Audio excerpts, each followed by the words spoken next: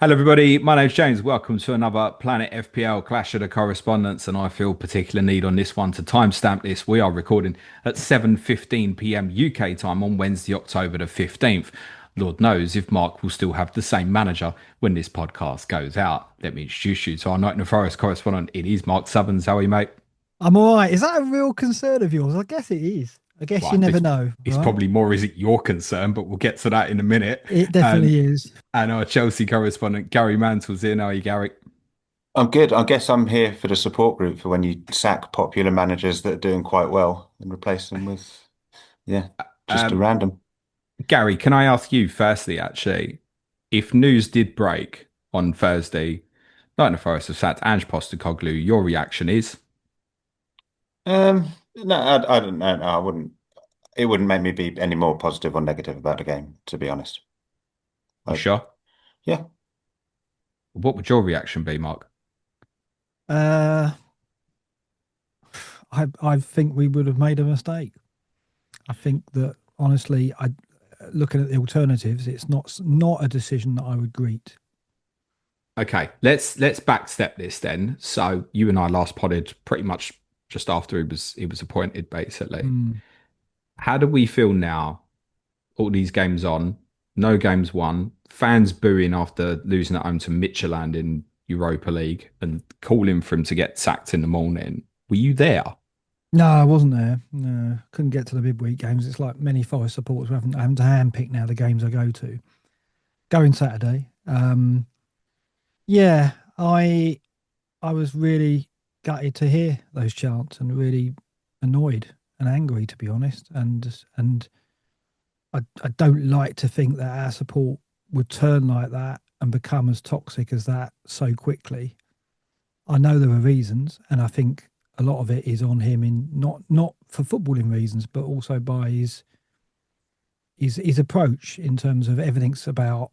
He always comes across like he's under attack, and it's often media is about him and from his perspective rather than the team and rather than talking about supporters and what the fans mean to him and the players and so on. He talks about him and what he needs to do and what he needs to achieve. And that has meant that he hasn't connected to the fans. And we've been used to managers in Cooper and Nuno that did do that.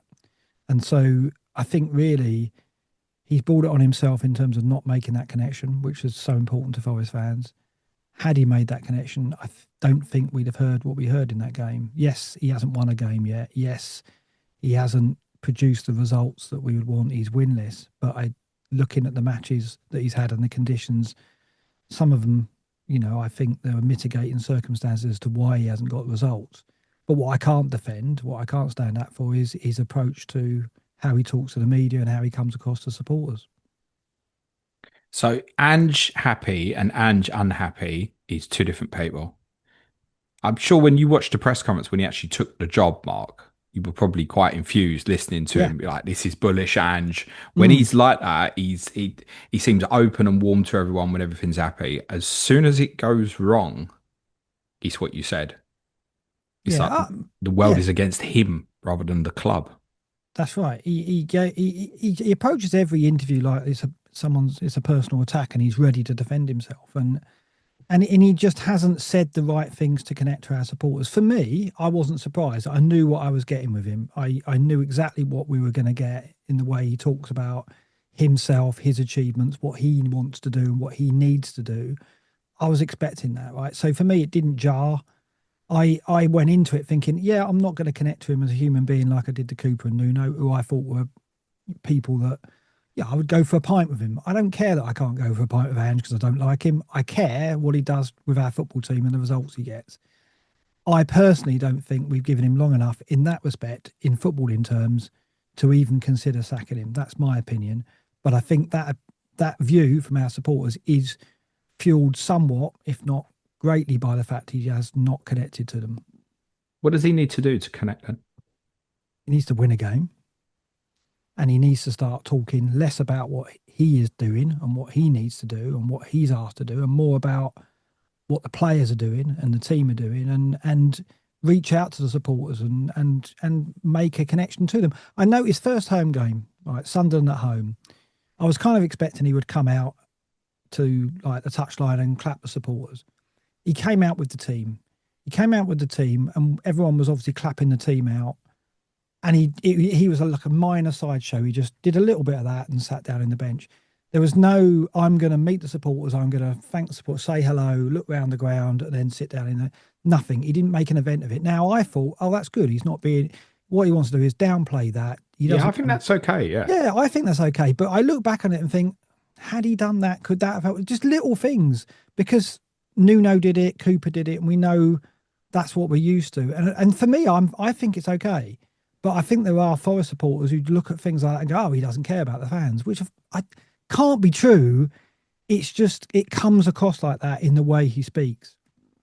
Well, he obviously does care. I know he often says a lot, it's up to people to feel how they want, and he's not bothered. But all his mannerisms and his words suggest that he is bothered by what people think of him. I've obviously been through that and kind of experienced the ups and the downs of that. I'd say in terms of that pre-Sunderland, that's probably up to part of the club to set that up as well. Like, we're going to announce you to the crowd when you come out. And so the club also at the same token probably hasn't made the effort to push that at the same time either and say, we're going to announce our new manager. It probably was a weird one as well, in the sense that he walked in a job and had 4 away games. Yeah, I know. Yeah. Exactly. And this is one of the reasons why I think we need to give him more time. I broke down the games, right? So he's had these 7 games, right? You look at it, right? Arsenal, 3 days with the team. You can't count that. It's ridiculous. And when do we go to the Emirates and get any kind of result anyway? Forget that anyway. Yeah, exactly. Yeah. So that's one of the 7 gone. So that's down to 6. Swansea away, he's had a week in charge and he's rotated the squad completely, played a different 11 to have a look at the squad. Yes, we should have won, but it is a fully rotated 11.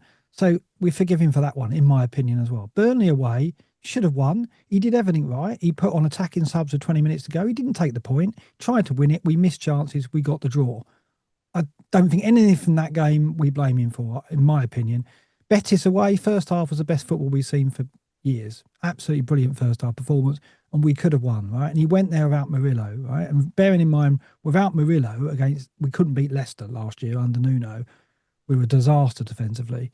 And he hasn't had Murillo's fit since then. Sunderland at home, no Murillo, no Douglas Luiz. Douglas Luiz is absolutely pivotal to the way he plays. Sangari's not good enough. We need Douglas Luiz in that team. Midtjylland, no Zinchenko, no Luiz, no Murillo. Newcastle, no Zinchenko, no Luiz, no Murillo. That's the 7 games. So every single game, I look at it and think there's mitigating circumstances where, for footballing reasons, we should give him more time. And yet our supporters are singing sacked in the morning. And the reason they're singing sacked in the morning is because they don't like him. It's as simple as that. They don't like him as a person. They haven't warmed to him, and they're not about to give him time because of that. And I think that's a shame. On the mitigating, yeah, that's not going to go away. Well, all 3 are in training. So I think that they will figure. But the problem is, as you probably know, his style of football and his approach, if 1 or 2 components are out, it all falls apart, doesn't it? Yeah. Yes, mate. I know. And that's why Zinchenko, who is an inverted left back, who's terrible as a left back, but great going into inverted role in midfield, technically very gifted footballer who can make things happen. Luiz, absolutely vital to the press, lot of energy. He's a better passer than Sangare, better presser, better on the ball technically. He's really important. Murillo, he's Romero for Spurs. He can play between the lines, play that pass. Those 3 players, absolutely crucial. You take all them out, we can't play the way Ange wants to play. And that's what we saw at Newcastle. He had to play, 3 at the back. He hasn't had those players. But the problem is, as soon as one of those goes missing, the system breaks down, doesn't it? Has this time been a healer for Forest fans? The fact that you almost haven't seen them for 10 plus days. I hope so. And now it's like, okay, in a weird way, you're better off playing a side like Gary's at the weekend, who's obviously a strong opponent, rather than having another game where it's like, they just got promoted, we've got to win. Yeah, I personally, what I do feel though is like Caicedo knocks in a 30-yarder worldie after 10 minutes and suddenly we're singing sacked in the morning. If that happens, that's, I don't know where I'll be. My head will be all over the shop, because I just don't want to hear that. I want us to give him a chance. I want to give the players a chance. Like, if we go into Saturday positive, under Ange, with the players we've got, if those 3 are back, we've got a chance of getting something from the game. But to do that, we've got to be behind the team and the manager. And I fear that one bit of adversity in the game and we're suddenly singing that, and suddenly the players' heads are going down. Well, in Ange's previous two home games against Chelsea, his teams have started very, very well and then hit some severe bumps in the road of adversity and fell apart and conceded four on each Mm. occasion. Gary, do you look at the weekend with what's going on there at the moment? Does it feel like it's got to be won? Uh, from our point of view, yeah, it probably does, to be honest. If we're gonna, what we're trying to be, I think we're just trying to cement ourselves as essentially the fourth best team in the country, and third we can get it, but we know we're behind a few teams, so we need to be taking advantage of teams that we should be beating. And the reality is that we should be beating a team like Forest. I will say, just based on what you were talking about when you said that they didn't do the announcement of him, is that because they were worried about the negative reaction? Because I've seen that before at Chelsea when we sacked him and Benitez. appointed Rafa Benitez, Yeah. and yeah, and literally everybody booed him for what But they've it done. wasn't So. anything historically between Forest and Ange, was there?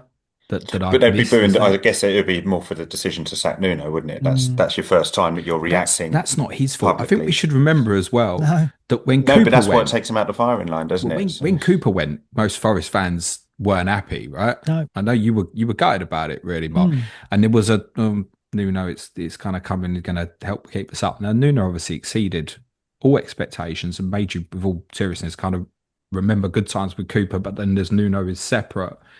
I don't think there was anything there that really kind of warranted the angst to go for Ange, because the anger from the Forest fans would have been, and I get it, it's kind of divisive figure with Marinakis, but the reason Nuno isn't there is not because of Ange, No. it's because of stuff that's been happening upstairs, right?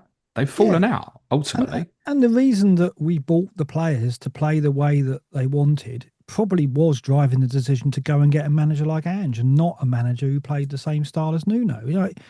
Ange, all Ange has done is accepted the job and started to implement the master plan, which is to play more possession-based football, play more attacking football, and not rely on counter-attack and low block. Right? He is trying to deliver that plan. And by the way, he's doing it with midweek games all the time. So he's never had 7 days with the team to train with them, and until now, obviously he's had it on the break.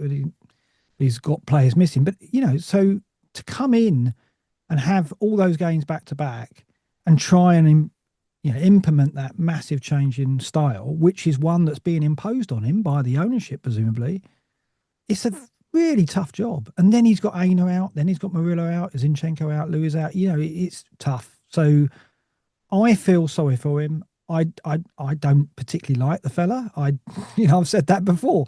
But for footballing reasons, I think that we need to give him more time. But it just seems that at least half our supporters made up their mind. What's the view of your colleagues on Forest Focus? I think they're more or less the same. One or two of them are very much get him out. The rest of us are like, we're resigned to the fact that it's probably not going to work and he will have to leave, but don't necessarily like or be excited by the alternatives if he does. Yeah, he's got a lot to do to win the fans over, I think. Who do you think, Mark, has leaked this Sean Dyche stuff? Well, it's not the club. Or is it just a journalist just coming up with stuff? Is it something Uh, we think the club's planted to it, make it, people even go, all right, it's hang on a minute, this is your alternative? Maybe you want to mm, give Ange a bit more time. Like, what is it? it's not the club. I can't say any more than that, but we know it's not the club. So I guess it's a source somewhere that has mentioned it. I mean, it's not too difficult to put it together. I mean, Dyche has been in the stands for a lot of games in the last couple of years, so he's in the Nottingham area. He lives in Nottingham, Stone and Woan, of course, as well. He's out of work, so there's no kind of complication in bringing him in. And he's a manager who's associated with not losing football matches. But that is the difference, right? Angie's a manager who's a winner, who's going out to win football matches. Dyche doesn't do that. He goes out to not lose first and foremost. And people say, well, he's never had the money, he's never had the squad. He had some talent at Everton, and Moyes came in and completely transformed that team and got results immediately overnight. And this is what frustrates me. People point to Ange's season at Spurs, 22 defeats, etc., completely wiping away the fact that he came fifth the season before, completely forgetting that. And then when they talk about Dyche, they're like, oh, yeah, but look what he did at Burnley. Why are you prepared to look back to the Burnley days for Dyche, but you're not prepared to look back one season for Postecoglu? It just doesn't fit the narrative of we don't like Postecoglu. And as you can tell, it's annoyed me, and I want to give the guy a chance for footballing reasons because, like I say, I don't like the alternative of turning to Dyche 7 games in. The problem with the fifth place finish, unfortunately, Mark, is where we were after 10 games. Yeah, I know. Yeah, you could have done a lot better. Yeah. Well, that looked like an absolute shoo-in at that point. That at worst we'd finish fourth. Mm. I So know, but he still achieved it, right? And that gets completely overshadowed by the season that followed that when he won a trophy, but he lost 22 games. I want him to do well. I've been very very clear about that. But I do have serious reservations. But I'd also have serious reservations if you did appoint someone like Sean Dyche, what that would say about what the club's trying to achieve. Yeah. Nuno, we want you to change your style. Nuno attempts to do it. They can't work it out upstairs. He goes. Someone coming in more befitting of the type of football maybe they want comes in, gets a run of 8 to 10 games, and then kind of the anti style is then potentially appointed. It can't be that, can it? It's two 180s, isn't it? It's Well, absolutely bizarre. but that's why people on the outside will be so critical if it happens. Quite rightly. And people on the inside should be critical as well. Yeah, And that's my point. It's like that's not an alternative to what we've got now. If Marco Silva was sitting there waiting there now, I'd be like, okay, get Postacoglu out, get Silva in. That's a better solution. I thought that was a better solution in the first place. So I didn't necessarily want Ange, and I don't necessarily want to keep Ange now. But the alternative isn't attractive, and it's a complete 180 to what we established. And I think we've got to give that more time. We've got to hope that it works. Yes, there'll be a point where we can't give it any longer. If we go on without wins, if we go another 4 or 5 games without a win and we're in the bottom three, okay. But I think it's too early now. okay.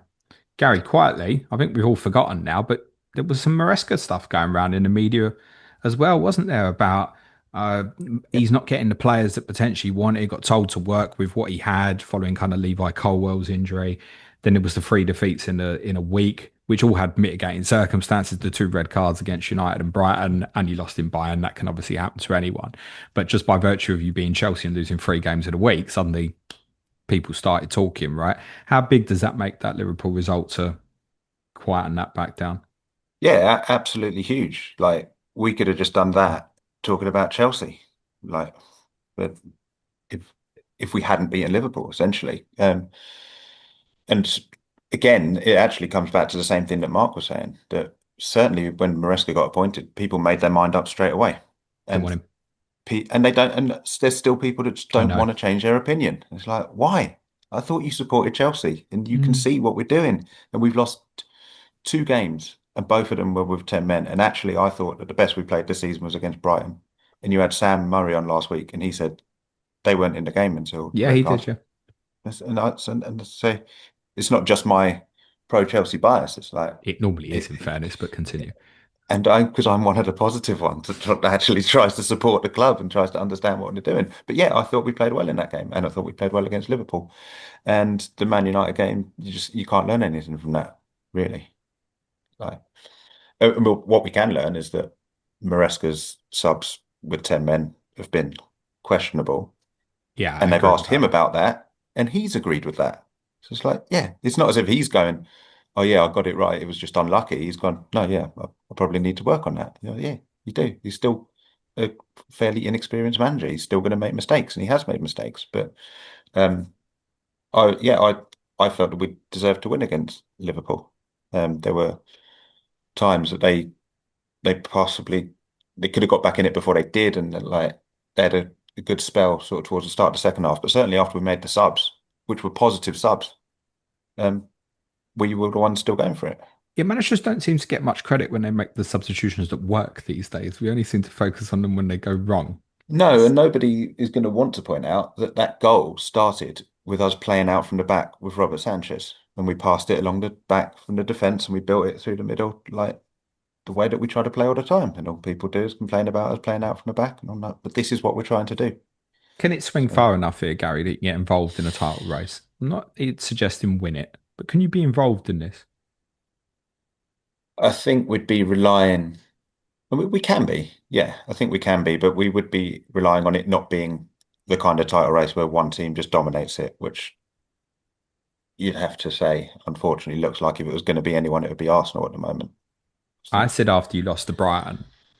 on a stream I did that I didn't think having lost those two games that you could win the league. And as soon as I said it, I remembered how I felt when you lost to Liverpool and Arsenal under Conte, and then went on 14 wins in a row. I think it was. Yeah, I don't see us doing that, but it But there's a run of depends how many fixtures here you points can it's. start, isn't there? With these next Yeah, five games, Forest away, Sunderland at home, Tottenham away, Wolves at home, Burnley away. To win a title, you're probably looking at minimum 10. But there's every reason to think you can get 15 out of that. We must remember to as win a well. title, you'd be looking at least 13, wouldn't you? I Really? agree. The hardest game on paper there is my team, Yeah. but you have a brilliant record against us. It's well documented. Well, you've now got a Not Ange. manager. Yeah, but We've got a manager who's specifically, got a no, great no. record against you. He, in our lifetimes, which is just over 40 years, has won as many times at Stamford Bridge as your club has. It's Brentford, he's good won that. three. And Tottenham have won three. I'm sure when we go to yours in game week 37, we'll lose, mate. Fairly certain. Yeah, Am I well, I right in don't saying know. he's never beaten you at home though? I think That's right. that's Yeah, the because stat, when isn't I it? was on with Tom, we In said any case, we hadn't lost there, you but could win yeah, these five games, and if you do, you will be in a conversation.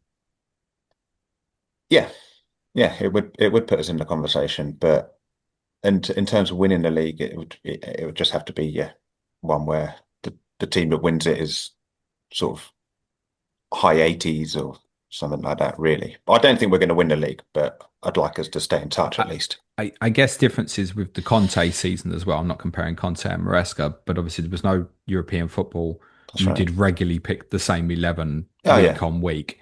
yeah. And he obviously found a system with Moses playing wing back, etc., etc. I suppose now with Champions League football, the chances of that sort of thing happening again feel remote. And also, it does feel like there's serious concerns about elements of the squad in terms of if you lose key players in certain areas, it's not strong enough. Is that fair? That's fair. Yeah. Um, and there's also concerns that we just keep on losing players sometimes because we've had somebody sent off in each of our last four matches. Now, in the last one, it was Maresca. Um, You take and what in you the one want. before, yeah, exactly. The one before it was Joao Pedro in injury time against Benfica. But also, yeah, the injuries have started coming, and whether it's to do with the Club World Cup or not, we don't know. I was really happy that a lot of the international sides were quite sensible this time. Like Caicedo didn't go with There must be conversations Ecuador. because of the Club World Cup, particularly I that think so. yourselves has had with other international teams, because they're going to want these players at their best next summer as well. Yeah, So it's exactly. in their That's it. benefit as well. It is exactly. It's beneficial for everybody. And yeah, so Joao Pedro didn't go to Brazil, and Ancelotti said it was because he's managing a little bit of an injury, and he'd rather he just stayed here and had the time off. Um, Okay. so What Chelsea's in your squad at the moment, Gary? Sanchez and Joao Pedro. Stay in, I take it. There's absolutely no reason to take him out. He's So going to play all the time in the Premier League because he can't play in the next Champions League game. yes, of course. Yeah. So he should be safe at least for Saturday and the Sunderland game at a minimum. And actually, Yep, then it's Carabao Cup. yep. Remind me who you've drawn. Wolves away. Wolves away. He probably maybe doesn't start that either. So then he definitely starts at Tottenham, you'd say. So actually, for the next three, he's a certain starter, really, isn't he? Yeah, and At a I minimum. I think it's probably going to be beyond that as well, personally. Yeah, agree with you. Then it's Wolves and then it's the international break, isn't it? And then, ironically, at Burnley game week 12, it's the same as now. The 12:30 Saturday lunchtime away from home after an international break. Same thing again. And I think Chelsea will get the situation managed again, quite possibly. I'm going to guess then, Gary, if you've got Maybe goalkeeper in play, Joao Pedro in your team, Enzo Fernandez is the one on mind. he's on mind. Yeah. So he went on international duty and then came home early. So we don't know for sure that he's fit because I haven't seen the training photos and stuff. But so what day is it today? Wednesday. So a lot of them would have only come back today or tomorrow. So we'll see Thursday, Friday whether he's in training. But he left Argentina because of the Argentina squad because he was injured. For those who want to buy him, and I feel it's growing, Hmm. what does Maresca need to tell people for people to feel comfortable buying him on Friday? Or is it a case of, oh shit, lastminute.com, hope we get a team league? No, if he's fit, he's playing. He plays all the time. So I suppose He's we'll know if he travels, probably, won't we? We'll get that info, won't we? I'm pretty Because sure it's an if we see away him in, game. yeah, yeah. I think if we see him in training, then he's going to play. He doesn't get rotated for the sake of it. He wants him to play. He wants him to play quite high up the He pitch as also well, doesn't which he feel like a said. player that gets injured much either. Like he's quite durable, I would say. I think so, yeah. Yeah, I'd say so. Um, I don't know why that is. He's not particularly fast, so he doesn't seem like he's susceptible to like hamstring injuries and stuff like that. And Chelsea fans and him, have they made up again? they go through phases. Like sometimes you get this. I find that a lot of midfielders they sort of get underappreciated. Ones that don't score loads of goals like Lampard, or they don't do like what Casado does. And like, oh, what does he do? He does what you need him to do. He does the midfield bit, the one that links the defense and the attack. It's like you can't just have defensive midfielders or just That attacking analysis is midfielders. going to get you your own Patreon, mate. He does the midfield bit. Well, it's like, when Liverpool were really good, and it was like people didn't really understand what Jordan Henderson did. It's like, well, take him out, and then you'll see what Jordan Henderson does because he's the one that links, like, he's the one that fills in for people, and he does like the sort of a bit of the donkey work and whatever. And it's like, yeah, he's a midfielder, but Enzo wants him to be a more attacking midfielder, and he wants him getting into the box, and that seems to be something we work on. And And we knew this anyway, but it feels yes, heightened now as well with Palmer's injury. yes, and something that won't show up on the XG from like the Liverpool game. So he had a header that hit the post. He had a chance in exactly the same position like a few minutes before, and he completely missed the ball. So that then doesn't show up in the stats. There's no XG. If you don't have a shot, there's no XG. It's like, but the ball was played to him in that position, exactly the same as when he hit the post with his header. So that's what they're trying to do. It's exactly the same as the goal he scored in the Conference League final. And Like yeah, and that's part what of they that want as him to well is make. that's not a sort of run that I think Palmer wants to make. He might No, make it it's in not. behind, in between a full back and a centre back. He doesn't want to be getting on the end of things like with his head on his back post. Whereas No, Enzo will kind of ghost in and make that late run, right? that's right. Yeah, that's his function What, in that what's lineup. what's the feeling on Palmer? My take at the moment would probably be you're probably looking at Arsenal game week 13 as probably best case scenario to be We're starting not again. gonna, yeah, we're not gonna know. Like they just got into a situation with him. They were being careful with him. He's only started two league games. Um, the first one and then the Man United one when he then came off after 20 minutes, and now people saying, oh, he shouldn't have started because he started in Bayern as well. Um, but that's quite easy to say in And he hindsight. played well in Munich. I watched the game. He played well when he came on against Brentford. He was by far the best player on Yeah. the pitch. So they then started him in Munich. He played really well in Munich. So of course they're going to start him against Manchester United, especially if he says, "Yeah, I feel all right," and then it went again. So I'm pretty sure the physio team said that you're going to have to rest him, and then he won't need surgery. If you don't rest him, he's going to need surgery, and that's your choice. So when Maresca says, when they ask him again, like, "Oh, we're going to take a look at him or whatever," that's the truth. They don't know. We don't know how long it's going to take. It'll heal when it's healed. So, But I would take it if people want to invest in Fernandez, Palmer is no reason to put people off at the moment, right?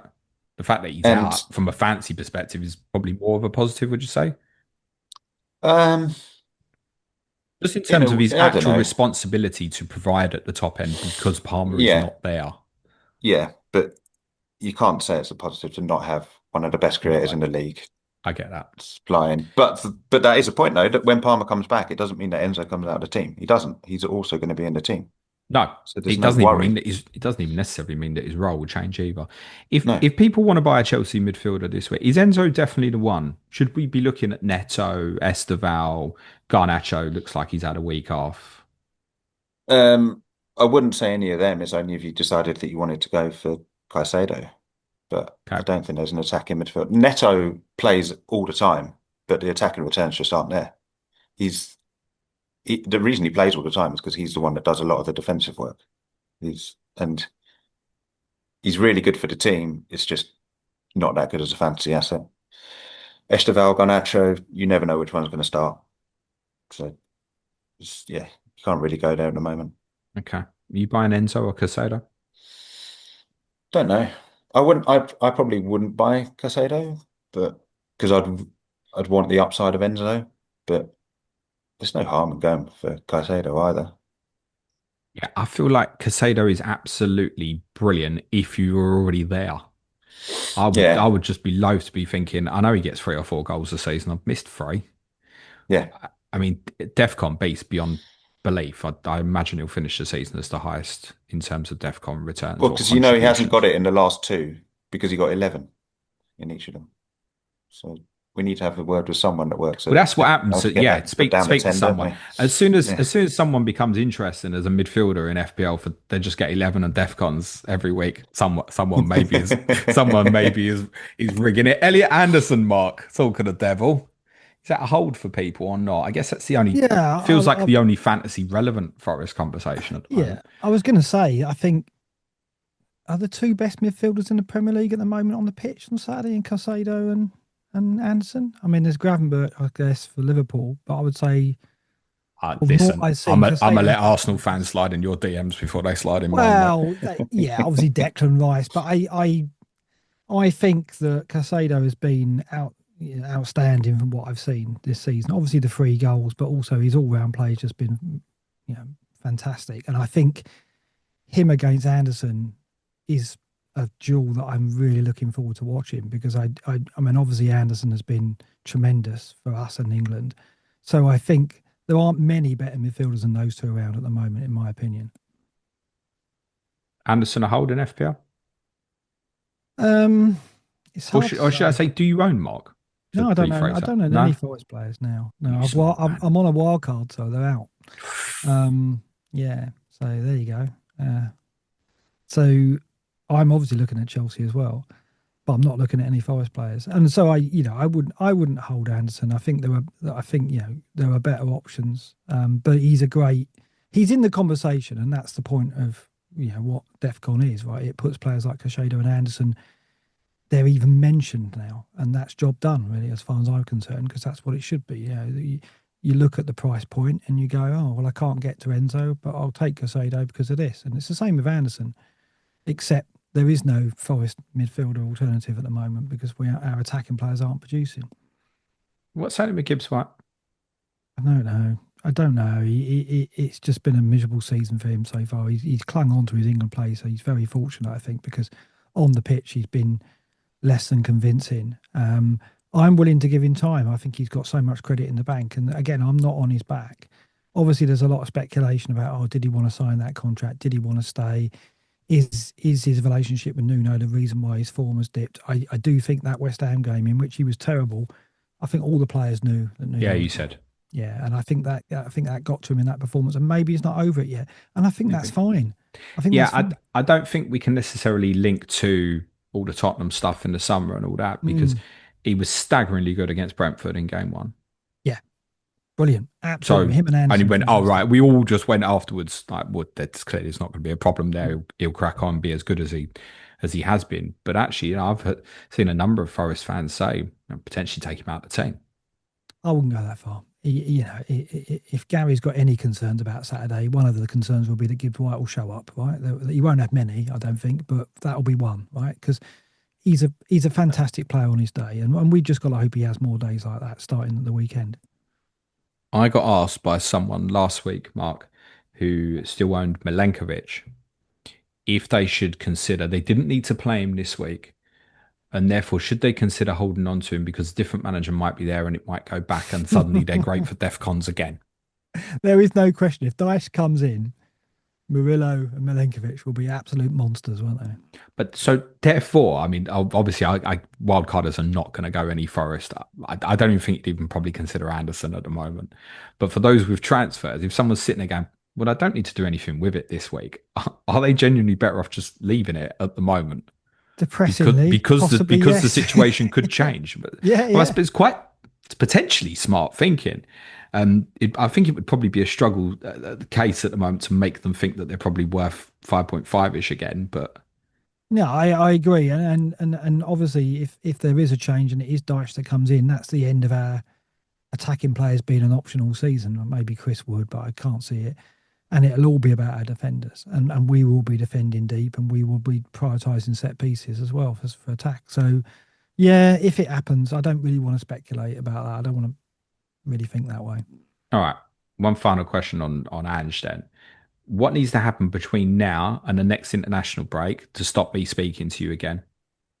I think Chelsea at that home, Bournemouth away, United at home, then Leeds at home before the international break. With obviously two European games in there as well. yeah, I personally I think the biggest thing is performances that show the players want to play for him and his way.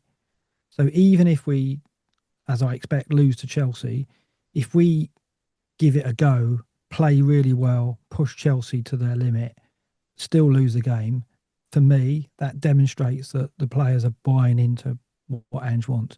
And then if we see incremental progress, if we go to Bournemouth and we do the same and maybe we get a point, that's what we need. For me, the biggest factor is if the players seem that they're not engaged, they don't want to play this way, then there's no option. He's got to go, hasn't he? But hope, I hope that we don't see that. I hope we see a really strong performance, play some good football, and run Chelsea close. I'm coming to your place, Mark, in game week 16, and I want to Mm. see Ange. Yeah, so do I. All right. You can decide why I want to see Ange. That's up to you in your own Okay, time. I want to see my team play against it. I want to know what it Mm. feels like to be on the other end of it, playing against it. Gary, before we finish, I want to ask you about Chelsea defenders. Mm. Trevor Chalobah is right on radar for me. I might buy him this week. Talk me out of it. I don't know that he's nailed. I know that he's started every game he's been available for, but I know that Tosin hasn't been available for a little while. So we got ourselves into just from a series of unfortunate events. We ended up with like Reece James and Hatto as our centre backs against Liverpool, which is like seventh and eighth choice kind of thing. But Chalobah's obviously available. Fofana will be available, and I'm pretty sure Tosin is back as well. So I don't know that it's not going to be Tosin and Fofana. It wasn't at Man United, but Maresca does. He'll choose the player that he thinks is the right player to play a specific game. That game's such a shame. Is it? Tossing came on after the Sanchez red card. Have I got that right? Yeah, yeah, And Maresca had said famously, didn't he? Tossing's the only one who can now play kind of in the middle of the back three, set up within possession now, yeah, but then didn't yeah. play at Manchester United, and Hmm. we don't really know why. Why was it that game that was No, chosen as because different? at the end of last season, when we played Man United, he did play Tosin and he didn't play Chalobah. And when we went to Forest in the final game of last season, he played Tosin and not Chalobah. Of course, we had Levi Colwill playing then as well, which has changed everything. So we don't really have enough to go on. But I don't know that Chalobah is. I can't tell you now he's going to play every single game. Oh, I'm not expecting you to. But I would think that Chalobah and Adarabioyo are ahead of Fofana at the moment. That would be my view. Tell me if you disagree. No, I agree. But it doesn't mean that he wouldn't play one of them with Fofana. No, and all three played at Brentford, for example. Yeah, but we were losing when all three of them played at Brentford. True. And then he made the subs and things got better, which happened quite a few times last season. Every time we played three centre backs and one Yeah. of them was at right back, When I mean, Cucurella we didn't even messed up. start that game. So I don't think anyone's No. looking at this going, I'm going to get 10 consecutive starts from whatever I choose here from Chelsea. I Well, just wonder good. if there's, Because if you are, then don't. And even Sanchez falls into well, that because there might come a time that he decides to play Jorgensen in a league I game. kind of thought that Mark's team might have made a change. And the closer it gets, the more I'm looking at the way that set pieces have been defended recently and thinking that he's your best aerial weapon is Chalobah. And so I'd Hmm. look at that as maybe a bonus this week. And then all of the games, actually, all of the next four, including Tottenham, I'd be quite happy to play him. And if he doesn't start any of them, doesn't start any of them. Yeah, that's fair. There's not much you're going to miss out on. But I think Cucurella will start all of them. Yeah, I mean, I don't know if that's worth a million more over the 5 game weeks. Neither do I. It might be. I feel like there is going to come a time that like some of these fullbacks are going to get these attacking returns, and it's not all going to suddenly be about, oh yeah, had to fit the DEFCON ones. I It don't. will swing, won't it? I'm not looking at Chalobah for DEFCON. I know that he can do it. No, no, no. We had a look on Yeah. Monday's podcast, and actually his contribution showed that actually he may get Mhm. the odd one. But I'm not looking at it for that reason. I'm looking at it for me personally as a game week 13 wild carder. 5 great fixtures, or at least 4. I think he starts 4 out of 5, and he's got the possibility. Like, I free hitted in game week 2 and put him in against West Ham. He scored. He That's why scored. I put him in that game. And that's why I'm thinking about him again now. Is that as much that? Yeah. I can't. I can't tell you not to. I think that's I think if absolutely you're sound looking logic. long term, i.e., if you're on wildcard now, there's maybe more of a case for Cucurella versus Chalobah. But I think in my scenario, it's the other way around. In the real Yeah. short term, that's kind of my view on it. If you were on wildcard, Gary, are you? No. Do you think you'd go for Chelsea if you were? Yeah, I think so. Because Joao Um, Pedro would still be like a shoe-in for you.